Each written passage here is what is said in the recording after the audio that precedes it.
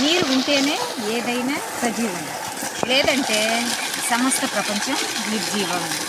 నీరు ఎంతో మనకు విలువైనది. నీరు లేకుండా భూమిపై మనము జీవించలేము.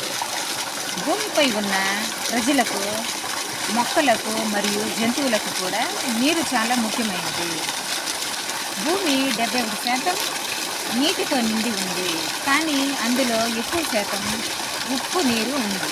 దీనినే మనము సముద్రపు నీరు అంటారు. తక్కువ శాతం మంచినీరు ఉంది. ఈ మంచినీరు మనకు నదుల నుండి, సరస్సుల నుండి లభిస్తుంది. మనం నీటిని త్రాగటానికి మాత్రమే కాకుండా స్నానానికి, బట్టలు ఉతకడానికి, వంట చేయడానికి మొదలైన వాటికి కూడా ఉపయోగిస్తారు. మనము నీటిని వృధా చేయకూడదు. మనము నీటిని సంరక్షించుకోవాలి. God bless you friends. Next వీడియోలో కూడా నీటి గురించే తెలుసుకుందాం.